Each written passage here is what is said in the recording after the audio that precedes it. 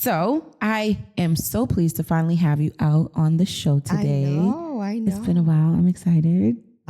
So we were supposed to do this a couple times for a long time. Yeah, and things kept getting rescheduled, but we finally made it. This was actually like the right time. It is. So like it happens when it's supposed to happen. I believe in that too, that everything happens when it's supposed to. And it did. And here we are. And I wanted to get to talk to you about your lovely book about Finally Home. And you have an event coming up about daddy issues. Yeah. So where do you want to go first?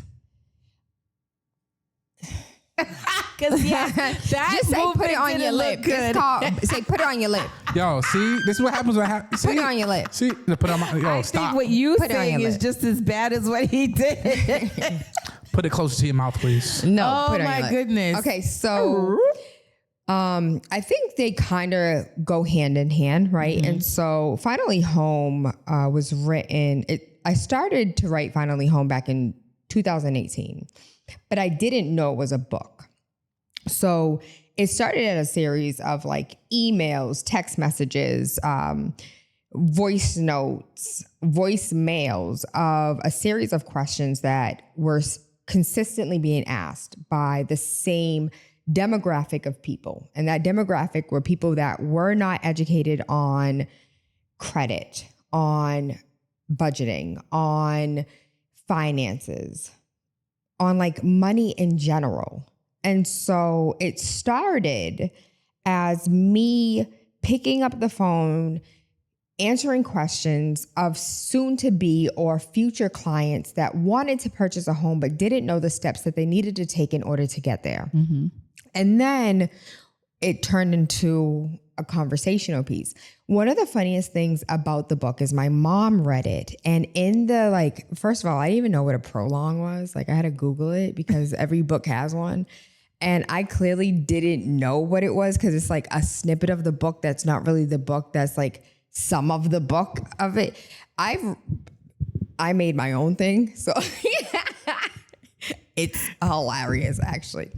And in the part of the book, I said that I was inspired about the time that my mom got evicted. She was like, we ain't never been evicted. I was like, hold on, what? Remember the time that you were crying and we moved and we got kicked out the house? She said, we didn't get kicked out. I was crying because I didn't want to move and we had to in order to buy the house that we were renting in one house. And in order to buy a house, we had to move to the projects. We never got evicted. And so this whole time, I lived with a lie. Your rap career is phony. Off topic, but on topic. Yo, you was out here. Tayla, just because you believe it. But boop, came in handy, baby, because what? Just because you believe it, don't make it true. Yo, my mother said, so I had to update. So there's a new version of the book, actually. There's a new updated version of Finally Home? Yeah, so there was so much from... that was funny. That was hilarious, actually. So the book got started in 2018, was finished, published, self-published. I know that's right. 2020. And I rewrote, and technically it's not self-published, it's just available. And I probably will finish and actually publish within the next 4 months, an extended version that takes you from not just knowing, because I think there's a lot of education that's out there now. So I take you from just the basic education to what next, what now. So I have the basic education. I know that I can purchase the house, how to purchase the house, but how do I continue this thing called generational wealth? What's the next step? How do I prepare my family members, my children, myself for the second one, the third one? What does that look like as far as taxes are concerned? What does that look like as far as out of market properties or international properties? And so just expanding on what the foundational conversation was. That's a lot. That makes a lot of sense. That makes a lot of. I haven't read the book yet. My apologies. No, it's fine. But I am. But going you to, know I what? want to At read the this same one and the time, other it's one. not just a book. It's also a reference guide. So Like a if that's manual. not where you're at right now, Right. then it's not. It wouldn't make sense to Yeah. read. So I've always wanted to buy a home, but when I learned about all the responsibilities that come with it and the financial responsibility, I'd be like, oh my God, do I want this? And then I'll go spend it on something else. But one day I will be a homeowner. One day I'm going to sit down and discipline myself enough If that makes to sense save. for you. It does. It does Do you know make how sense many for me. people are condo owners? So before I got the knowledge about condos, I really wanted a condo. But then when I learned about like the condo management and everyone having to have these meetings and agreements on things, I don't want that. I want full control over everything. So I'd rather have the house. Okay. And you don't Educate have to me. mow the lawn. You don't I know you have to do, like, shovel. You don't have to Yeah, do you don't all have to do any those of that. things. So I you get can that. still have like some form of ownership without having the responsibility of Right. it. Everything has a plus and a minus. I think Yeah. about that all the time. Like, Or but you then could I be a wouldn't have forever to. tenant. Like you don't have to. Or you could go get your ass on a cruise ship and be fed every day. And that was one of the things I thought about too, because now that I'm an empty nester on paper, I'm like, I could definitely just be not on paper bless though. you. Yeah, on paper because they're still in my house, but Ain't nobody leaving their parents' house in 2026. not if they're Ain't happening. smart. Yeah, so on paper I'm empty nest, and I was like, you know what? When you do the math, living on a cruise ship is way cheaper. And it's fun. And it's fun. Yeah. It comes with unlimited meals. Imagine looking I don't at really the drink like stars that. every night. Man, listen, the only thing I would be concerned about are the storms that happen in the ocean. Besides that, Then just don't be on land during that time. no, like the storms that happen in the ocean. Okay, so there's storms that happen during hurricane season, Right. and that's when you're on land. I get it. You mean like don't travel during that time. Yeah. Okay. And then every other There's that part time. too, but it gets a little addicting. But I hear you. Yeah. I'm working on that. I'm still figuring things out. And you but can island hop. yes, that's the best part. The island Or you hopping. can go ahead and purchase you something International, internationally. because I heard you say that, and I was gonna reverse back to that. So, do you do real estate internationally also? Girl, for the price of a parking space in Boston, you can buy a 3-bedroom, 2-bathroom in a foreign land and live comfortably. Your ass might not oversee the beach, but you'll definitely be 25 minutes. And your ass is 25 minutes from the beach right now. I know. I was watching HGTV when they were in Italy, and this couple was looking to purchase They a selling home. houses for like $25,000 out there. Yes, and it was so much space, so pretty. The only thing is that they're so like gorgeous. close to each other and on top of each other. But other than that, I was like, that's a good price for all that space. And it was US. That's US. 20,000. Beautiful. I'm like, I might be in the wrong place. Yeah. Might be time to relocate. Yeah. And they believe in like your health. So they're not feeding you trash. They believe in your health care. So they're not forcing trash down your throat when it comes to medicine. And when it comes to work, they believe in like work-life balance. So they're sending you home to go Take and a nap. sleep and eat and then come and back be with your home. family. And Yeah. so it is, it's a lot to consider. I think my biggest thing is I can't pick my family up and take them with me. And not everyone's going to collectively say, let's go. Right. And so, will I miss them? Yeah. And that's a significant decrease in how often we'll be able to spend time together. Right. I think, may God give her 55 more years. If something happened to my grandmother, I think that would Make you want to stay. no, Or I think definitely that leave. like I wouldn't have that attached. Like that is my anchor.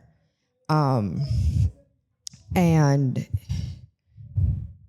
may my anchor be here for 30 more years. Right. That part. So let's go back a little bit again. Do you do real estate internationally or just here in the US for now? Wherever it you want to everywhere? buy a house. Okay, so that's a yes. Yes, you do wherever, real estate wherever you would like She to does purchase real estate a house, wherever. an airplane, a yacht, an island, or underneath the sea. Okay. We gonna go find Ariel Triton, and okay? Whatever you want. Okay. Mars, let's go. Okay. That answers all my those part of the question. Those parts of the moon. Yeah. So what inspired you to want to become a real estate agent? Long story short, gentrification. Long story long, I actually went for my real estate license when I was 18 and I failed. Didn't have a mentor to like push me to, try again. I actually failed the second time that I took it 11 years ago. And I tried again and I passed. So I love it. I absolutely love what I do. And the demographic that I serve now, like Black people got money. They do. Like we don't think we got bread. We got bread. We just spend it in the wrong places. No, like we got sourdough bread. I don't know if you've ever tried to make sourdough bread. So you could make pizza dough that take like an hour. Sourdough bread is finicky. We got sourdough bread money, long money, to killian money. Go ahead, explain to us. Break that down. The masses. Yes, break it down for us. There's a lot that are doctors who have had doctors in their family for over 100 years who have been in tech for the last 20 years, 30 years. Like we have Black people with a lot of money. It's not just somebody who's made $500,000 in the last 3 years. Like there's a lot of us with a lot of money that have their own network and are that play golf and have yachts and be on islands and private jets and doing things, buying businesses. Can you introduce me to some of them? I need to have a conversation with them so I could learn what they did, so I could, No, but that's a real question. It is. Like I agree with you. I've seen a couple. I've interacted with a couple, and my question's always been like, I know individuals can't save a whole community. It takes more than just individuals handing out money, but I also see so many struggling entrepreneurs who put in lots of effort, right? And I don't know. I'll use this for an example, right? Like I worked at a startup. I was the only Black person there. It was a biotech startup that needed infusions of cash constantly. And they would go to angel investors and get the family members. Yeah. People that they grew up with, a judge that was on the street that they grew up on. Yeah. And they would give them $50,000, $60,000, $100,000 checks. Where is that for our community? So in the last 10 years, a Black woman raising $1 million was called a unicorn. $1 million was called a unicorn. Now that's, that things have changed because the dollar is different. Just to put that in context for people, like unicorns, typically companies that hit the $1 billion range or close to that, right? So a Black woman saying $1 million for a Black woman being a unicorn, that's kind of lowering the bar, right? Or am I getting that right? And I think the first one that was a unicorn was she made the vending machine that created the shoe when you come out of the club that folds up. I feel like her name is Chanel with a CH, an SHANEL. I feel like that's her name. And it's the shoe that when you come out the club, you can get it from a vending machine when your feet are hurting. And it's like a little slipper. But also the vending machine that she created doesn't identify you as far as your facial features, but can identify your age and your gender. And I think that was the first female Black unicorn to raise that $1 million. I be having like weird, like fun facts in my head. But they apply it and it's fitting, so it's okay. Okay. How did she get that $1 million? I guess my question is, it was like angel investing. Like she went through the angel investing channels, and it was like through that type of funding, she was the first Black woman. Was she tapping like Black investors? Like, was she tapping into that network you're talking about with these like wealthy old money Black people that are from the same place as we are, right? But we typically don't see them. Good, you know what I mean? Question. Like who funded her, I guess is like the overarching question. Who funded her, and whether or not there is a network of old money Black people that are funding individuals for the next generation. And if they do, where does that exist? Mm-hmm. Please come to the front. That's a good question. Please come to the front if you are one of these people that meet the criteria. That would be a dope ass like TV show though. Like they sit in the background as like a silent investor with a forward facing something else that like for the betterment humanity of Black folks. I would love to. I'm pretty sure that would be a dope TV show. It would be. Come to the front. I wonder, are we just afraid to ask? Because again, I'm thinking as we're talking. Ask what? You know, let me tell you. So God said you have not because you ask not. I'm going to ask every single time. And what's the worst you're going to tell me is no. I submit offers $150,000 under asking. You want to know why? Because what you going to say? No, you going to beat me up? You going to tell me no? Asking. I don't mind. That's why I'm like, come to the front. If you fit that criteria, I mean, no disrespect, I got questions. But would your seller accept X number? You gonna laugh at me. My feelings gonna be hurt for a second, but I'm gonna ask. Mm-hmm. Because, I'm going to ask. I've been laughed at a couple times. Listen. It's on the market for $500. I'm like, so this $300,000. I've definitely been laughed at and humbled. Like, let me go back to my little corner over here and stay in my lane because that's a whole different ball game for me. But let's go back a little bit to you saying that you were inspired by gentrification. Can we dive into that? So the truth of the matter is gentrification it's a cycle and it hasn't ended.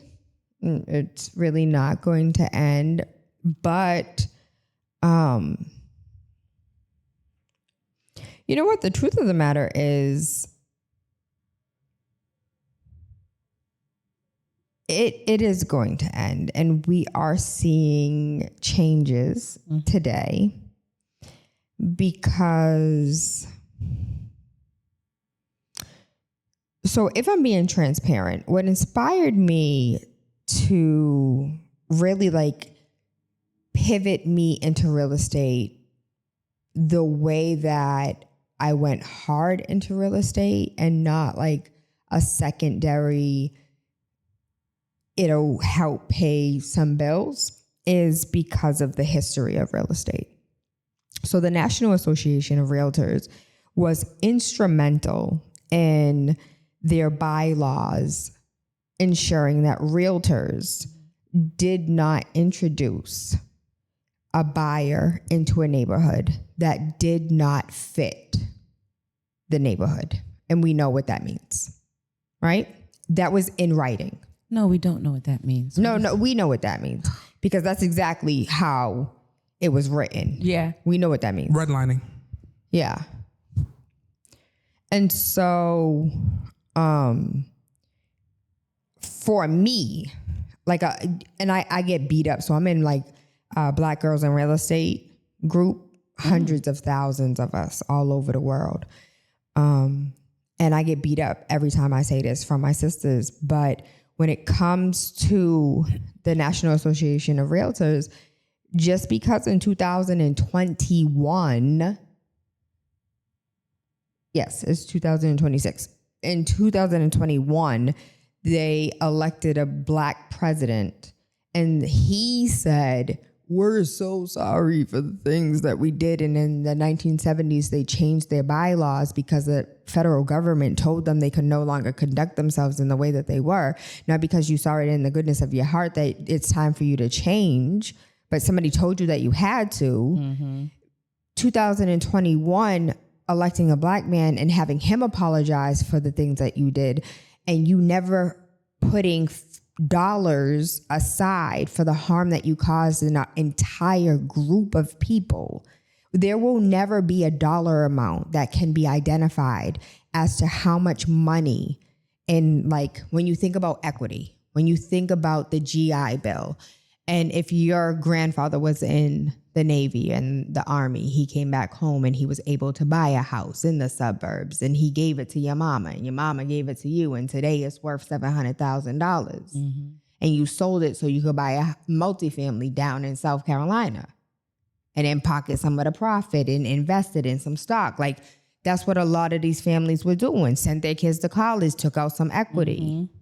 There's never a number that will identify how much of that equity was stolen from Blacks, Latinos, Asians, and all that could not purchase due to the FHA, the National Association of Realtors, any and every bank that engaged in mortgage fraud.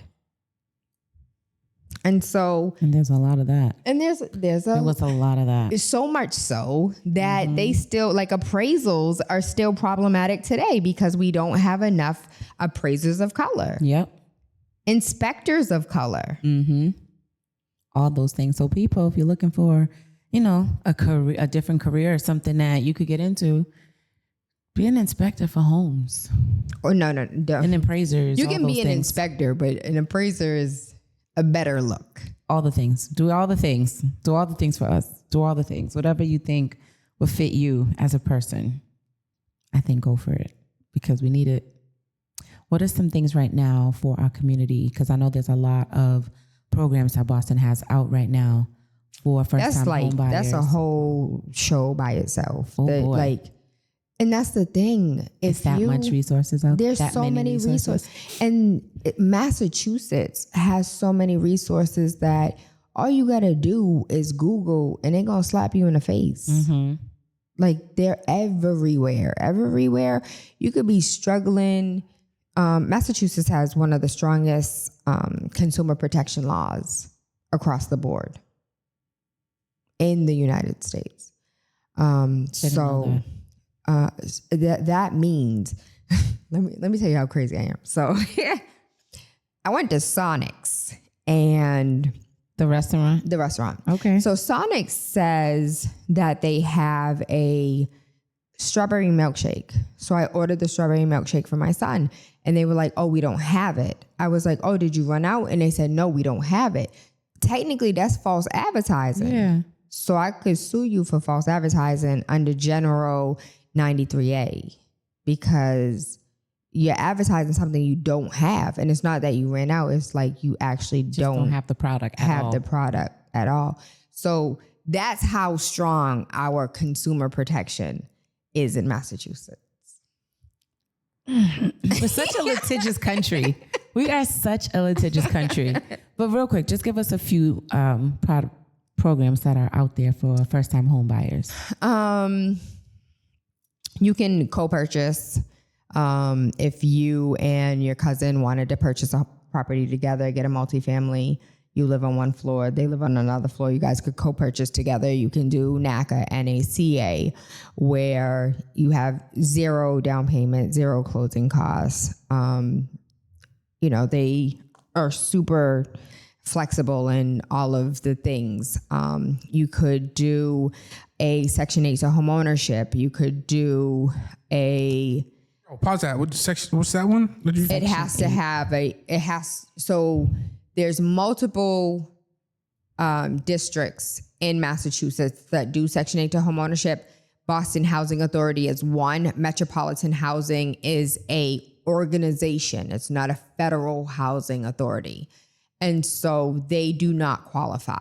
But I think like a Weymouth Housing Authority does qualify. So if they have a federal Section 8 voucher, they can contact their worker and say, do you participate in the Section 8 to home ownership? And if they do all of the paperwork and and they'll get this worksheet that goes through like how much they can do for, go through for purchasing. So things like that, I think, are good. And the reason why I stopped you on that one, Only because it's owning a house is a responsibility, right? And I come from a family of homeowners, and you tend to see all the work that goes in. Like, you buying a house isn't just buying a house and you sit there and you just live there, and you need to maintain that property. Yeah.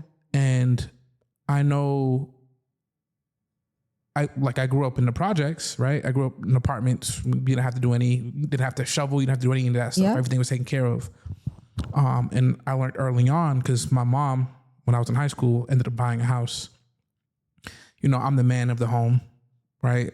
As it typically is. And I found that I was responsible for like doing gardening work and pulling out weeds and all this stuff for my mom. And I knew nothing about it, right? Like, it took my whole 20s to start learning how to do stuff like that.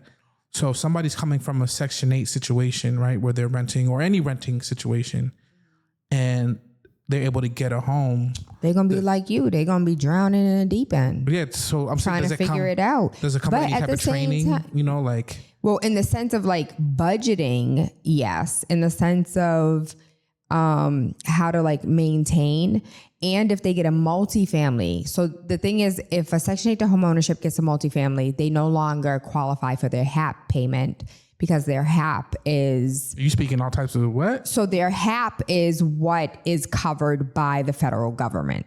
So if they are qualified for $2,000, that out of that $2,000, they pay $1,000. The federal government pays $1,000. That $1,000 so the is mortgage itself is subsidized too. Like, correct. You're not paying. Oh, that's interesting. Okay, correct. You learning a lot tonight. See, yo, if y'all on Section 8, yo, hit up. What do you do it? What's it called? It's the Section 8 to home ownership. Yo, hit that up. Section 8 to home ownership, and reach out to Tayla so she can help you with the process. Don't look at me like that. What was that look? What did that mean? What did that look mean? It's a process. It's definitely a process. A lot of my clients have not done the Section 8. I've completed 3 of them. And the reason why I've completed 3 of them is because a lot of my clients were previous Section. So we're on our like second homes right now. We're on our third homes right now.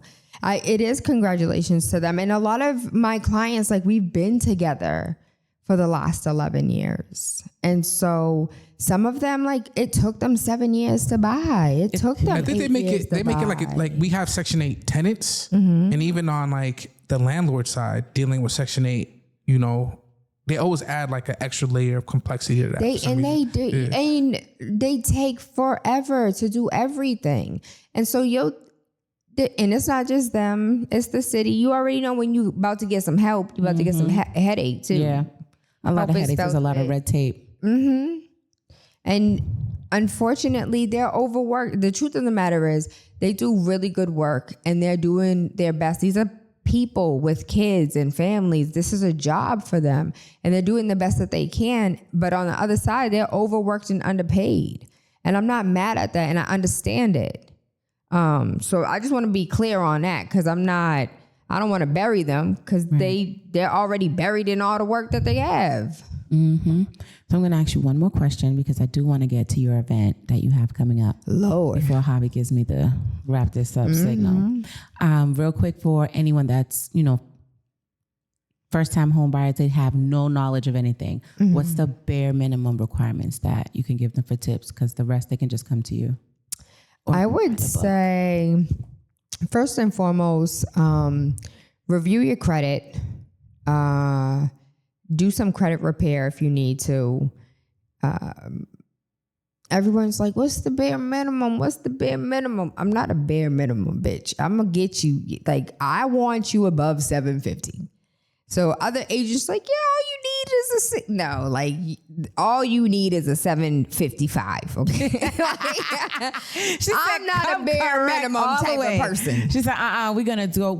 If we're gonna do it, we're gonna do it right. That's right. We're gonna go hard. But ensure that you have some type of savings. And when I say some type of savings, it's best if you have $15,000 can you do it with less, especially with some of these programmings? All you need to bring is 1.5% to the table. But that's great to bring that to the table. But you also have to account for, what if the water heater breaks? What if the roof starts leaking? You know, what if you get into a new home, you're not going to want to bring that old mattress. You don't want that old couch. You're going to want to bring some new pots, some new pans, some new towels. Like, and you have to account for all that. You're going to start getting comfortable. It's in your best interest to start making extra payments on your mortgage, because you're going to get that 13-page sheet that shows your interest versus your principal.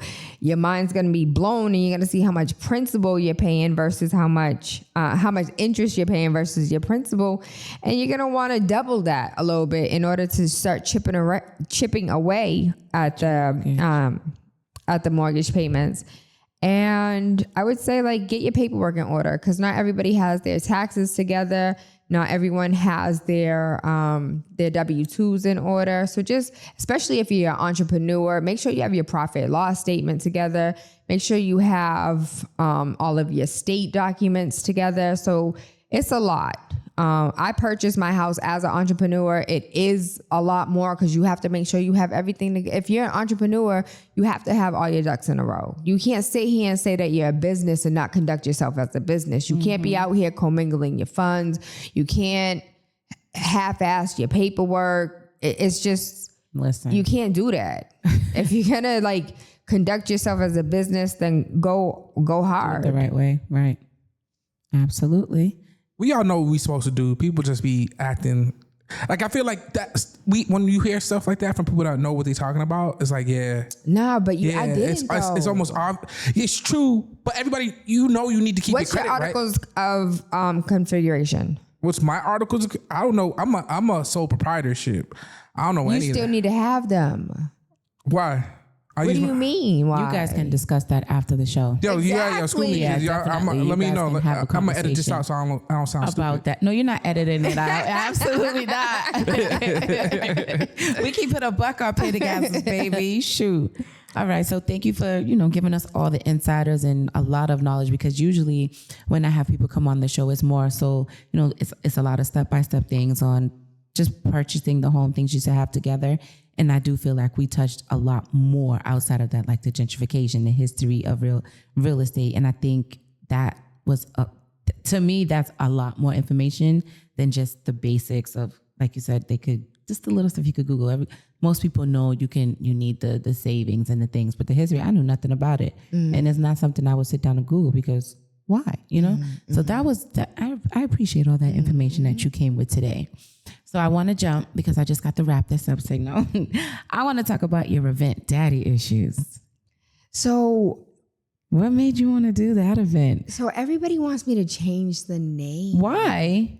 Because, so first of all, it is Daddy Issues, but it's also Mommy Issues. Okay. Because we had men come to the event last year and they felt left out. Okay. And I want to make sure that the men feel welcomed as well. Mm-hmm. And so last year's event, like, everybody cried. Gosh. Yeah, like everybody released something last year. And one of the things that came up a lot last year, and what is framing this year, is how much mental health really dictates your financial health. And how much it frames the narrative for all of your relationships, the relationships with your family, your friends, the men or women that you work with, the people that you interact with on a day-to-day, how you engage in like platonic relationships, how you engage in relationships with, same sex or opposite sex. And when you are raised in a healthy environment, you conduct yourself very differently than somebody who was raised in an unhealthy environment. Mm-hmm. And all of that plays a role in how successful on paper sometimes, and like mentally, emotionally. Mm-hmm. So question, how did the men feel left out? Did they not have daddy issues, or did they want? You know what? It wasn't just men, because not everyone is alienated or abused or abandoned by their fathers. Right. Mothers engage in these behaviors as well. Mm-hmm. And so it's like parental abuse, neglect, Right. forgottenness. And it's not just daddy wasn't there. It's parent was incarcerated, died, left, forgotten, had health issues, was raped. Like it just like the long list of, for whatever reason, wasn't that parent to me, and it affected me. And I engage in these ways because of that. Okay. So they kind of wanted it to be more Encompassing as to like, how do I heal from this lack of in order to be a whole person, to engage better in society. Right. So I was under the impression that this was your first time doing this event. So apologies for not knowing that this wasn't the first time. So this is your second year doing it? Yeah, it is. Okay. So now, was last year just a woman only event? So it was heavily marketed to women, but men attended. Okay. Okay. So this one is open to both. Yeah, co-ed. I learned last year that it was, they came, they spoke. And they enjoyed it. And yeah. That's good. And when is it going to be this year? So it is November 8th. It's at the Strand there. The Strand love me and I love the Strand. So as long as the Strand love me, we gonna be there. And I love the fact that it's like, it's historic. It's right in the hood. And I get to I legit get to be a part of history. And for those who don't know, I brought David Banner to the Strand. I brought Jane Elliott to the Strand. Calm down, Amanda. Umar Johnson was at the Strand. So I'm honored. I'm really honored that I get to and another one and another one and another one. How much are the tickets?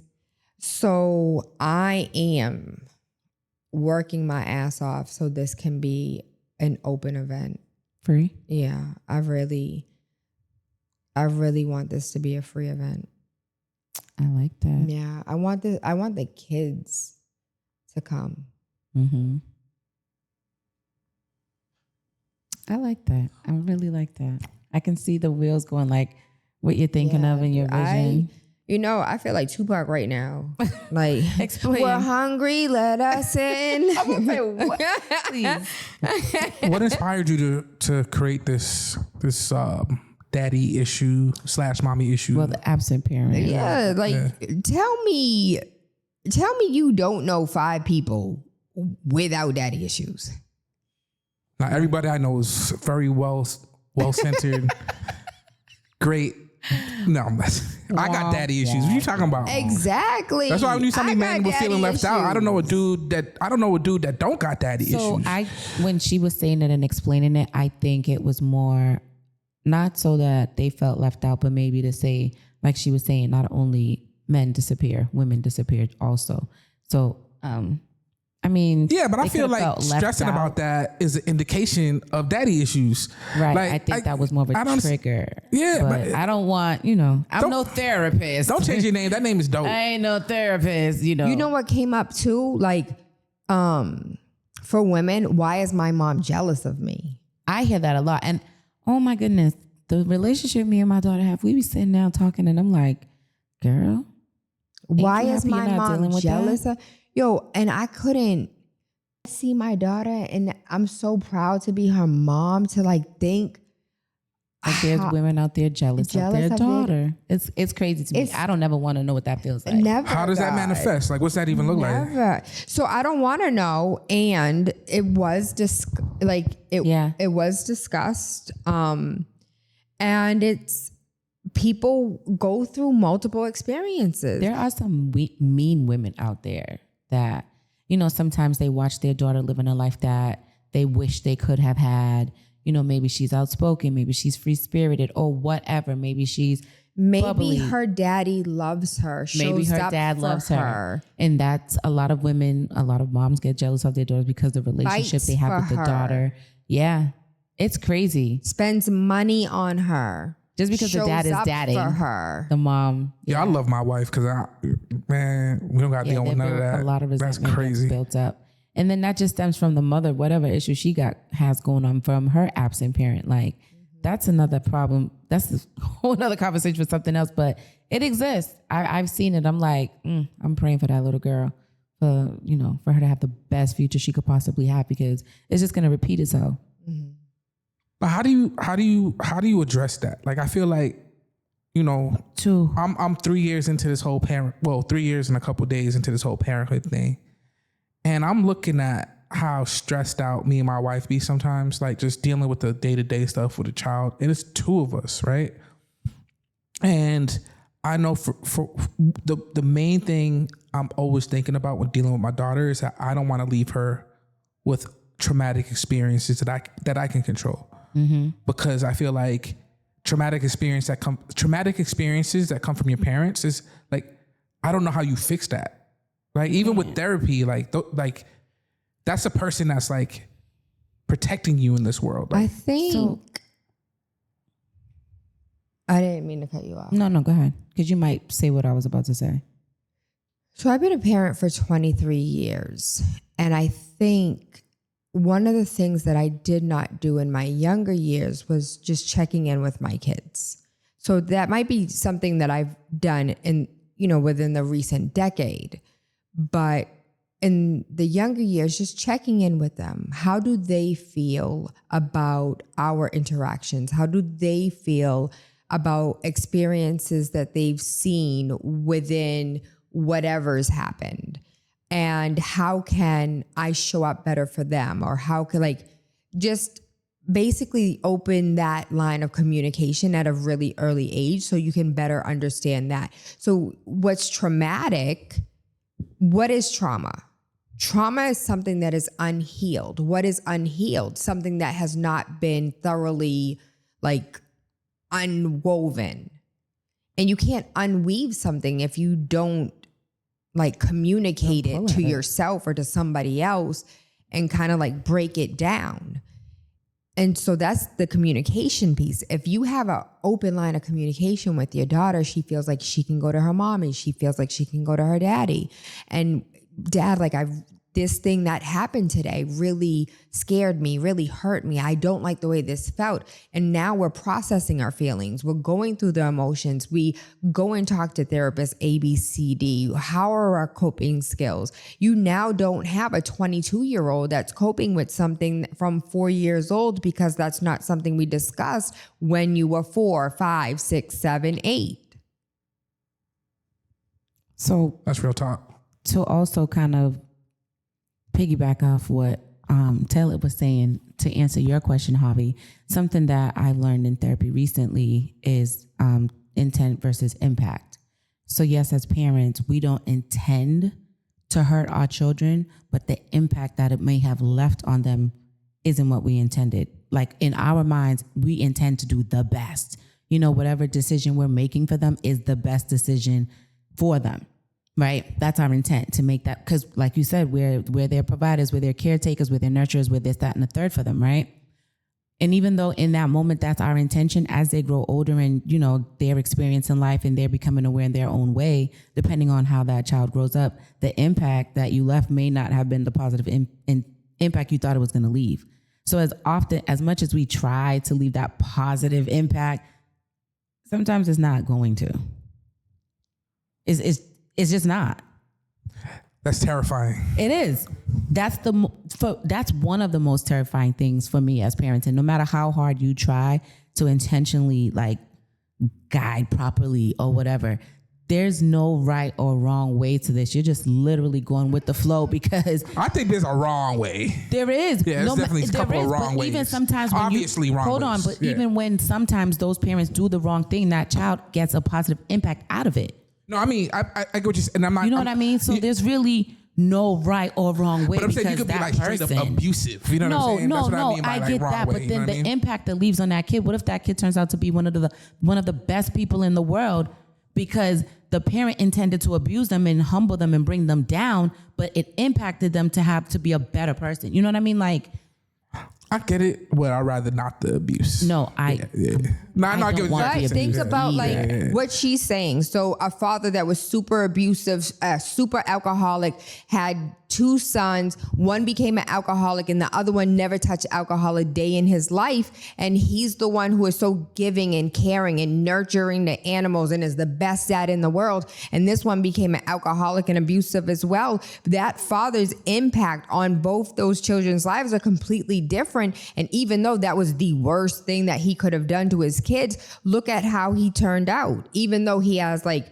50, my friend was just like, 1/3% is a good percentage in regards to 1/3 of my kids being great examples of my parenting. Oh my God. 50% of his parenting was amazing. But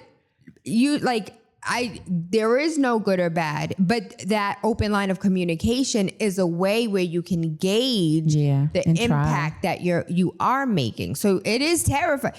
It is. Listen, at 23 years old, I still don't know what I'm doing, okay? Listen. Every day is scary. And then this one brought 2 kids in the world. And so now I'm terrified all over again. You a grandma? No, I am a Lala. Okay, all right, got you. She said, I'm not grandma, I am Lala. Yo, we grandma age right now? We are. We grandparents age? If you had young kids, kids at a young we age. are at an age where we can be grandparents. Yeah. No, but I saw a meme on Instagram that said we're at an age where you don't know if somebody could be having grandkids, could be having their first kid, could be getting their first degree, could be on their doctorate degree. Like, we'll all have so many different that 35, right 45 it's an bracket is enlightening crazy. time of life. Well, that's how I look at it anyway. But yeah, it's definitely enlightening. And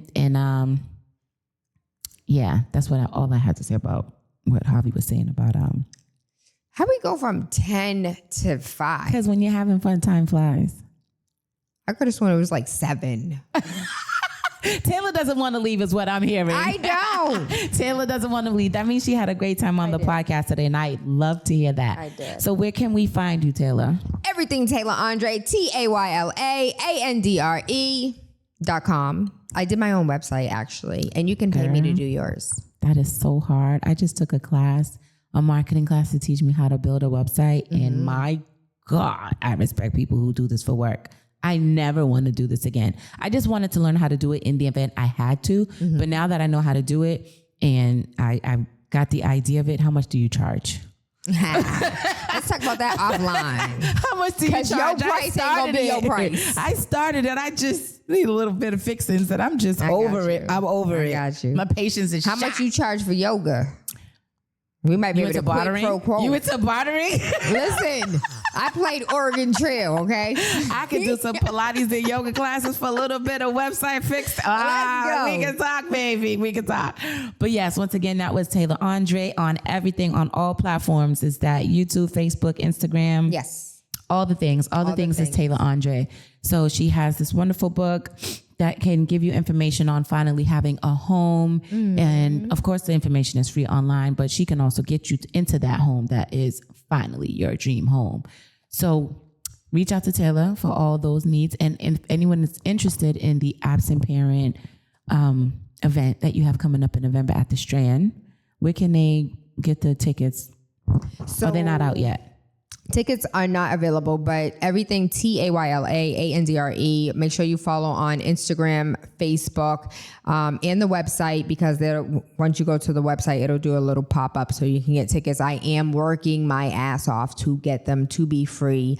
And if they're not free for adults, at least have them 100% free for anyone under the age of 25. Oh, I like that. Intentionality is important. And so I want to make sure that the young people have access. Because, we're a little grown. If you could buy weed, you can buy a ticket. Not even that, but they have feelings too. I'm pretty sure that they going to these events would help them find the language that they need. Because I know for myself as a kid, I didn't have the language that I had now. So therapy was amazing. But having them in these spaces where these conversations are being had could bring that awareness to them a little sooner. Like, hey, I do feel like that. Yeah.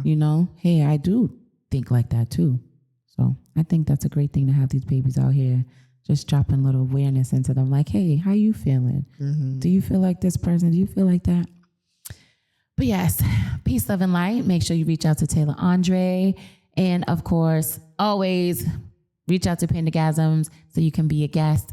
Make sure you tune in on all platforms, Instagram, YouTube, Facebook, all the things where you can find Pandagasms and watch all of our events.